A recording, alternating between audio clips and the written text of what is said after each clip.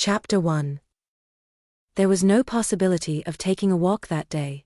We had been wandering, indeed, in the leafless shrubbery an hour in the morning. But since dinner, Mrs. Reed, when there was no company, dined early. The cold winter wind had brought with it clouds so somber, and a rain so penetrating, that further outdoor exercise was now out of the question. I was glad of it. I never liked long walks, especially on chilly afternoons. Dreadful to me was the coming home in the raw twilight, with nipped fingers and toes, and a heart saddened by the chidings of Bessie the nurse, and humbled by the consciousness of my physical inferiority to Eliza, John, and Georgiana Reed. The said Eliza, John, and Georgiana were now clustered round their mamma.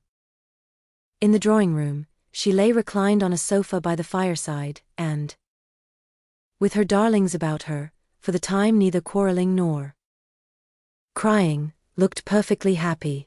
Me she had dispensed from joining the group, saying, she regretted to be under the necessity of keeping me at a distance, but that until she heard from Bessie, and could discover by her own observation, that I was endeavouring in good earnest to acquire a more sociable and childlike disposition, a more attractive and sprightly manner, something lighter, franker, more natural as it were, she really must exclude me from privileges intended only for contented, happy, little children. What does Bessie say I have done? I asked. Jane, I don't like cavillers or questioners. Besides, there is something truly forbidding in a child taking up her elders in that manner. Be seated somewhere, and until you can speak pleasantly, remain silent. A breakfast room adjoined the drawing room. I slipped in there. It contained a bookcase. I soon possessed myself of a volume, taking care that it should be one stored with pictures. I mounted into the window seat. Gathering up my feet, I sat cross-legged, like a Turk. And having drawn the red marine curtain nearly close, I was shrined in double retirement. Folds of scarlet drapery shut in my view to the right hand, to the left were the clear panes of glass, protecting, but not separating me from the drear November day. At intervals, while turning over the leaves of my book, I studied the aspect of that winter afternoon. Afar it offered a pale blank of mist and cloud, near a scene of wet lawn and storm-beat shrub, with ceaseless rain sweeping away wildly before a long and lamentable blast. I returned to my book, Bewick's History of British Birds. The letterpress thereof I cared little for, generally speaking, and yet there were certain introductory pages that, child as I was, I could not pass quite as a blank.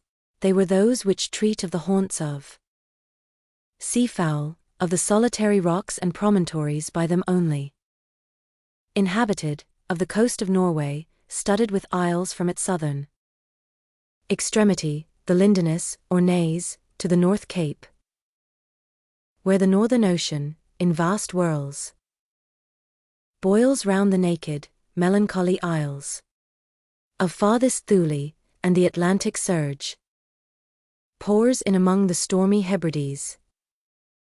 Nor could I pass unnoticed the suggestion of the bleak shores of Lapland, Siberia, Spitzbergen, Nova Zembla, Iceland, Greenland, with the vast sweep of the Arctic zone, and those forlorn regions of dreary space, that reservoir of frost and snow, where firm fields of ice, the accumulation of centuries of winters, glazed in alpine heights above heights, surround the pole, and concentre the multiplied rigors of extreme cold.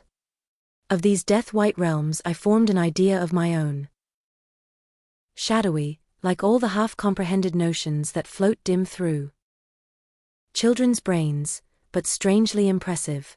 The words in these introductory pages connected themselves with the succeeding vignettes and gave significance to the rock standing up alone in a sea of billow and spray, to the broken boat stranded on a desolate coast, to the cold and ghastly moon glancing through bars of cloud at a wreck just sinking.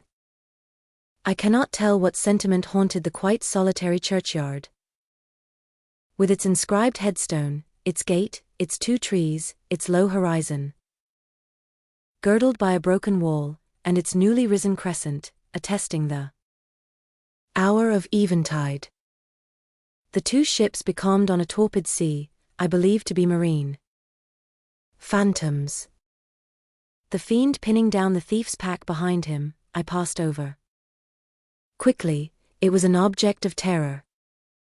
So was the black horned thing seated aloof on a rock, surveying a distant crowd surrounding a gallows. Each picture told a story, mysterious often to my undeveloped understanding and imperfect feelings, yet ever profoundly interesting.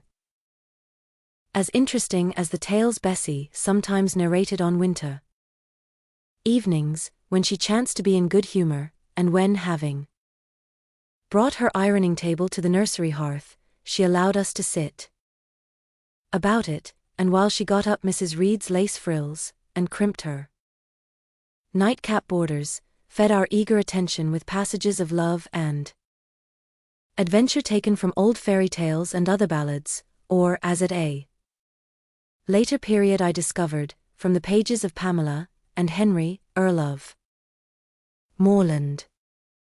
With Buick on my knee, I was then happy at least in my way. I feared nothing but interruption, and that came too soon. The breakfast room door opened. "Bo! Madam Mope," cried the voice of John Reed, then he paused. He found the room apparently empty. "Where the dickens is she?" he continued. "Lizzie, Georgie," calling to his sisters, "Joan is not here, tell Mamma she is run out into the rain, bad animal." It is well I drew the curtain, thought I, and I wished fervently he might not discover my hiding place, nor would John Reed have found it out himself. He was not quick either of vision or conception, but Eliza just put her head in at the door, and said at once, "She is in the window seat, to be sure, Jack." And I came out immediately, for I trembled at the idea of being dragged forth by the said Jack. "What do you want?" I asked, with awkward diffidence. "Say, what do you want, Master Reed?" was the answer. "I want you to come here," and seating himself in an armchair he intimated by a gesture that I was to approach and stand before him. John Reed was a schoolboy of 14 years old, 4 years older than I, for I was but 10, large and stout for his age, with a dingy and unwholesome skin, thick lineaments in a spacious visage, heavy limbs, and large extremities. He gorged himself habitually at table, which made him bilious, and gave him a dim and bleared eye and flabby cheeks. He ought now to have been at school, but his mamma had taken him home for a month or 2, on account of his delicate health.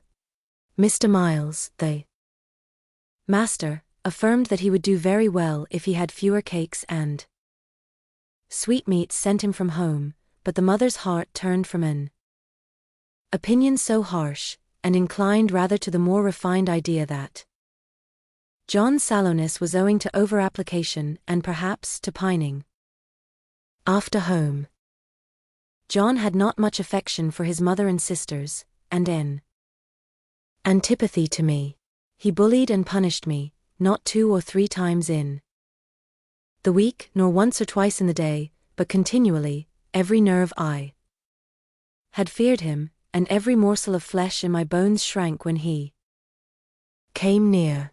There were moments when I was bewildered by the terror he inspired, because I had no appeal whatever against either his menaces or his inflictions, the servants did not like to offend their young master by taking my part against him, and Mrs. Reed was blind and deaf on the subject. She never saw him strike or heard him abuse me, though he did both now and then in her very presence, more frequently, however, behind her back. Habitually obedient to John, I came up to his chair. He spent some 3 minutes in thrusting out his tongue at me as far as he could. Without damaging the roots, I knew he would soon strike, and while dreading the blow, I mused on the disgusting and ugly appearance of him who would presently deal it. I wonder if he read that notion in my face, for all at once, without speaking, he struck suddenly and strongly. I tottered, and on regaining my equilibrium retired back a step or two from his chair. "That is for your impudence in answering Mamma a while since," said he. "And for your sneaking way of getting behind curtains, and for the look you had in your eyes 2 minutes since, you rat." Accustomed to John Reed's abuse, I never had an idea of replying to it. My care was how to endure the blow which would certainly follow the insult. "What were you doing behind the curtain?" he asked. "I was reading." "Show the book." I returned to the window and fetched it thence. "You have no business to take our books, you are a dependent. Mamma says you have no money, your father left you none, you ought to beg. And not to live here with gentlemen's children like us, and eat the same meals we do, and wear clothes at our mamma's expense. Now, I'll teach you to rummage my bookshelves, for they are mine, all the house belongs to me, or will do in a few years. Go and stand by the door out of the way of the mirror and the windows." I did so, not at first aware what was his intention, but when I saw him lift and poise the book and stand in act to hurl it, I instinctively started aside with a cry of alarm. Not soon enough, however, the volume was flung, it hit me, and I fell, striking my head against the door and cutting it. The cut bled, the pain was sharp, my terror had passed its climax, other feelings succeeded. "Wicked and cruel boy," I said. "You are like a murderer, you are like a slave driver, you are like the Roman emperors." I had read Goldsmith's History of Rome, and had formed my opinion of Nero, Caligula, and c. Also I had drawn parallels in silence which I never thought thus to have declared aloud. What, he cried. "Did she say that to me? Did you hear her? Eliza and Georgiana? Won't I tell Mamma? But first." He ran headlong at me. I felt him grasp my hair and my shoulder. He had closed with a desperate thing. I really saw in him a tyrant, a murderer. I felt a drop or two of blood from my head trickle down my neck, and was sensible of somewhat pungent suffering. These sensations for the time predominated over fear, and I received him in frantic sort. I don't very well know what I did with my hands, but he called me rat, rat, and bellowed out aloud. Aid was near him. Eliza and Georgiana had run for Mrs. Reed, who was gone upstairs. She now came upon the scene, followed by Bessie and her maid Abbott. We were parted. I heard the words, "Dear, dear." What a fury to fly at Master John. Did ever anybody see such a picture of passion? Then Mrs. Reed subjoined, "Take her away to the Red Room, and lock her in there." For hands were immediately laid upon me, and I was borne upstairs.